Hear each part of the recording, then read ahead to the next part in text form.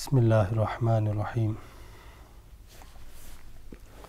Allahumma salli ala Sayyidina wa Nabiyyina Mawlana Muhammadin ma'din al-judi wal karami wa ala alihi wa sahbihi wa barik wa sallim.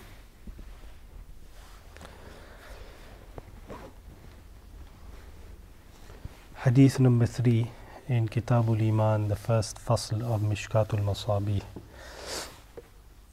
وعن ابن عمر رضي الله تعالى عنهما.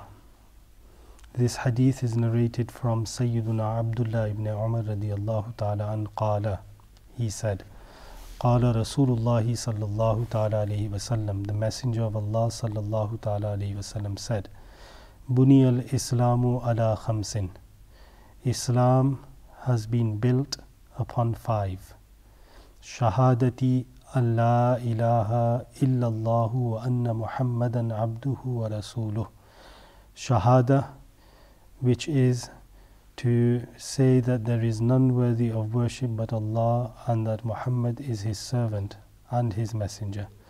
Wa iqamis salati, and the establishment of salah. Wa ita'iz zakati, and the giving of zakah. Wal hajji, and the performance of hajj. Wa sawmi ramadana, and the fast of the month of Ramadan. Muttafaqun alayh. This hadith is muttafaqun alayhi, yani Imam Bukhari and Imam Muslim both agree upon the words of this narration, and they both have mentioned this in their Sahih.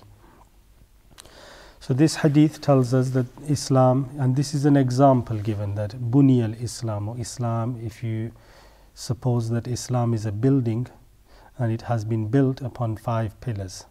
One is the Shahada, which is that there is none worthy of worship but Allah, and that Muhammad is his messenger and servant, and Salah, Zakat, Hajj, and the fasting of the month of Ramadan, which we all learn maybe at the age of 5 or 4 when we are at madrasa.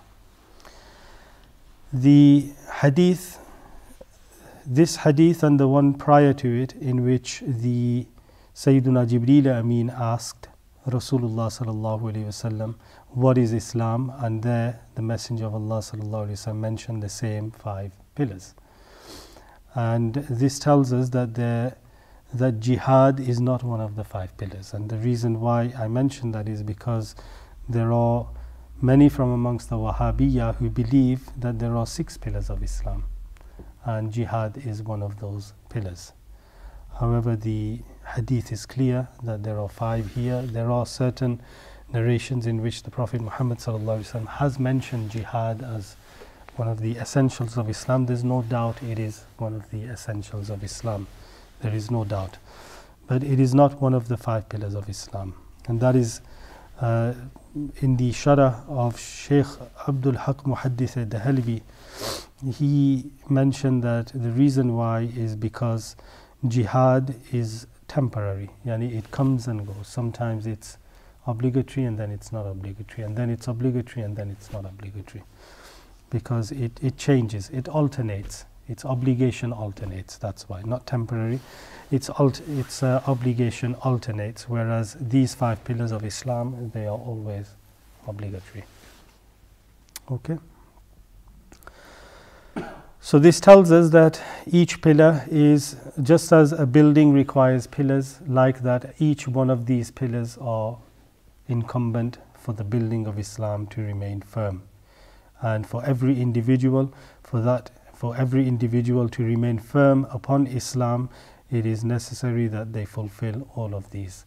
Any one of them is missed or abandoned, then the building will become weak, the Islam will become weak. And this is in terms of enacting the pillars of Islam. If someone doesn't believe them to be a pillar, then that becomes kufr. The person leaves Islam. So it's about acting upon them, making sure that you perform your salah, making sure that you give your zakat, and you perform hajj when it becomes fard upon you, and you fast in the month of Ramadan. And if someone doesn't, then they will be sinful. They will be a major sin to abandon any one of these without a valid excuse. And to abandon the shahada is kufr, of course, no doubt.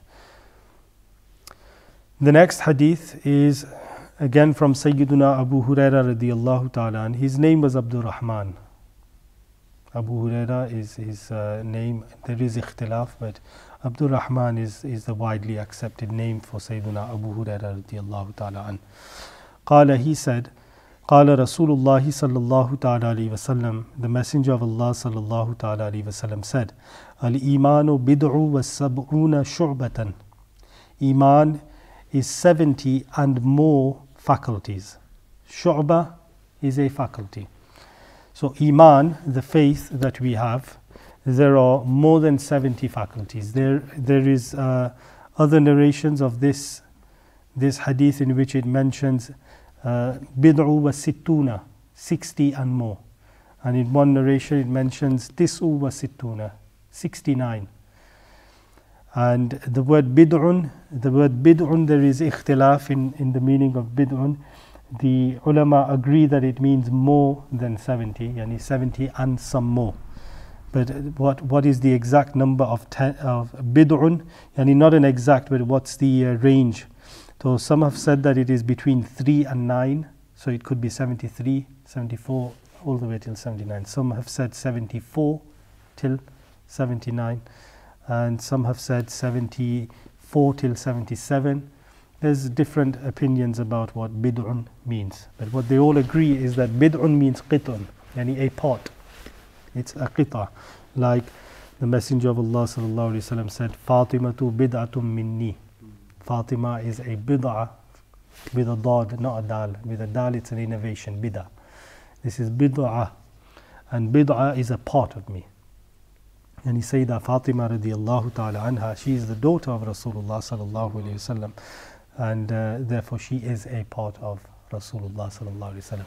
Yani he sallallahu alaihi wasallam made it clear that my pleasure is in the pleasure of my daughter Fatima. You please Sayyidah Fatima radiallahu anha, then I am pleased with you. And anyone who is displeased with Sayyidah Fatima or displeases her, then the Messenger of Allah sallallahu alaihi wasallam is displeased with that individual. And of course, the displeasure of Rasulullah sallallahu alaihi wasallam, it shatters the iman of the individual.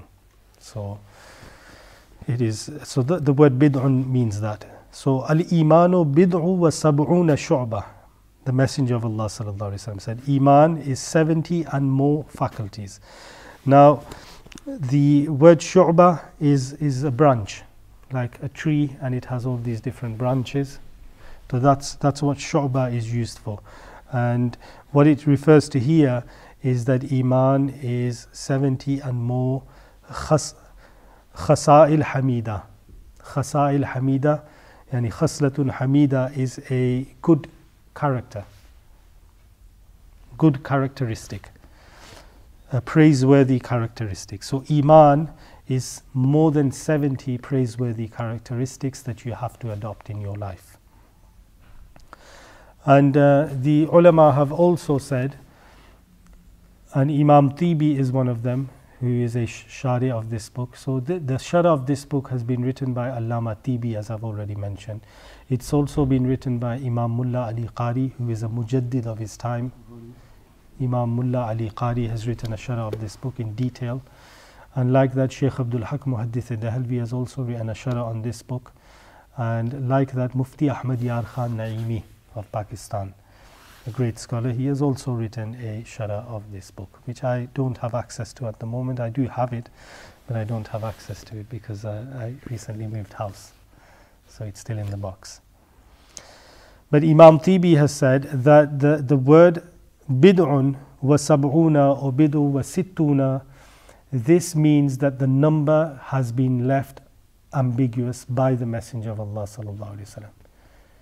And he sallallahu alaihi wasallam not giving an exact number means that there is no exact number for the faculties of Iman, for the good characteristics of Iman. There is no fixed number.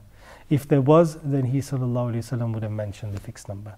And for him to leave it ambiguous and not make it clear means that there are many faculties of Iman, because the number 7, 17, 27, 70, any number with the number 7 in it in the Arabic language refers to kathra, yani a lot. So when he sallallahu alaihi wasallam says that the nation of the Jews split into 71 different sects, or 70 different sects. 70 فرقة 73, yes. So 71 sects, and the Christians split into 72 different sects. And my nation, وأمتي ستفترق على 73 فرقة على 73 فرقة, that my nation will soon split into 73 different sects. All of them, كلهم في النار إلا واحدة, all of them will go to the fire of hell besides one. So there the number 70 is used.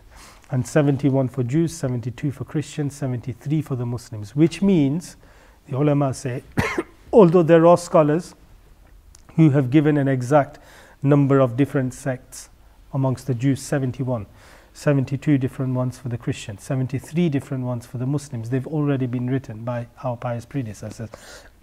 However, it is clear that the number 7 is used for expressing kathra, yani a lot, many, which means that the Jews will split into lots of different sects. More than that, the Christians will split into even more different sects, and the Muslims, they will split into even more different sects. That's the case. So just like that here, although Imam Ibn Hibban has mentioned 69 different faculties of Iman, he has mentioned 69 Khasa'il Hamida in his book. He's noted each one of them. Imam Mullah Ali Qari has also mentioned them. However, the ulama kiram, yani Imam Sheikh Abdul Haq Muhaddith al-Dahalvi, he said that the indication in the hadith leaving the number ambiguous by mentioning bid'u wa sab'una and sometimes saying bid'u wa sittuna, 69, or 60 and more, or 69, tis'u wa sittuna, all these different numbers and all this ambiguity in this matter is clear that the Prophet Muhammad sallallahu alaihi wasallam is telling us that the amount of faculties of Iman, la tuhsa, they cannot be counted. There are so many of them. There are lots of them. But what he did say is فَأَفْضَلُهَا, the most superior and the most virtuous of all of those faculties of Iman and all those good traits and characteristics of a believer, the most virtuous of them all, قَوْلُ لَا إِلَهَ إِلَّا اللَّهِ, is to say La ilaha illallah. This is the most superior, the most virtuous, the afdal. Not to believe La ilaha illallah. It's important to note here, he sallallahu alayhi wasallam didn't say فَأَفْضَلُهَا إِيمَانُ بِلَا إِلَهَ إِلَّا اللَّهِ. No, he said قَوْلُ, to say, to make that statement, to say La ilaha illallah, just to say it. Because tasdeeq is in the heart, to believe it, and tasdeeq is in the heart. That makes you a believer. Once you've become a believer, then this is the most superior faculty of Iman, is to say La ilaha illallah. And in regards to this, or with regards to this, La ilaha illallah, ulama have also said that this does not mean La ilaha illallah on its own. It means La ilaha illallahu Muhammadur Rasulullah. This is one opinion. The other opinion is that no, this is the afdal, La ilaha illallah, and after that, the second faculty, Muhammadur Rasulullah, because La ilaha illallah is more important. This is one of the statements of the Shari'in. But the other group which says that this qawl is La ilaha illallah Muhammadur Rasulullah, what they say is La ilaha illallah is the name of the first kalima. Because generally what happens is that the name that we give to a statement or a few words is the first few words of that statement. So for example, if I say recite Yasin, we know that that's Surah Yasin, Yasin wal Quran al Hakim innaka lamin al mursaleen. And Yasin is the first word, we've given it the name, Yasin. So like that we do that. The second sipara, what's it called? Sayaqulu. Why? It starts with Sayaqulu. So Sayaqulu is a word, it's a verb, we use that as the name of the second sipara, for example. So like that, La ilaha illallah is the name of the first kalima, and what it means is La ilaha illallah Muhammadur Rasulullah.